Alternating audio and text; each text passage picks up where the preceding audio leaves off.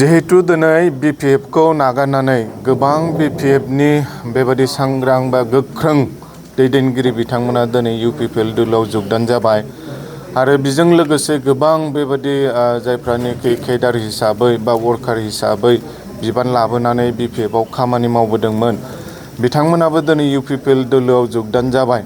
दा जोङो बिजों बेखौनो जोङो बुंनो हास्थायो जे दिनै बयबो माने मोजांखौ हास्थायनानै बा थांनाय बे 4 बोसोराव जेरैबादि जोंनि गेजेराव मोनसे गोजोन थासारिया फैबाय बे गोजोन थासारिखौ जाहाथे जोङो फैबाय थानाय समाव जुगामि खालामनो हायो। बोसोरब्रैनि थाखायल' नङा जाहाथे फैबाय थानाय समाव जोङो बेखौ जुगामि खालामनो हायो आरो दायो जे ट्रेन्डजों बे डेभेलपमेन्टआ जाबाय थादों बे डेभेलपमेन्टखौ जाहाथे जोङो फैबाय थानाय समाव माने साबनिफ्राय साबसिन खालामलांनो हायो।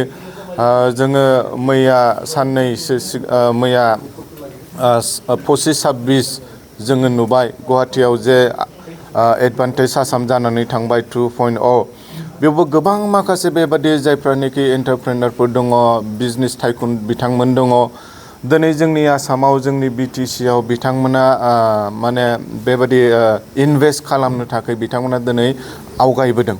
बेफोर मानि थाखाय जानो हादों एकमात्र बेयो जोंनाव मोनसे मोजां थासारि फैनायनि थाखाय दिनै गासिबो बिजनेस टाइकुनफ्रा जोंनाव इनभेस्ट खालामनो नागिरदों।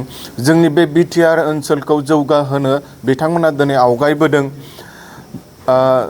जोङो बेखौ जोङो वेलकाम खालामनांगोन आरो जोंनि दानि यां जेनेरेसन लाइमोनफ्रा जोङो बेखौहाय एक्सेप्ट खालामनानै जोंनि मानगोनां प्रमद बर' सारनि जे भिजन बिथांनि जे सिमां बेखौ मोगथां महर होनो थाखाय जोङो हेफाजाब खालामनांगोन आरो बिनि थाखाय आङो सानो राइट प्लेटफर्मआ बे UPPL दोलोआनो।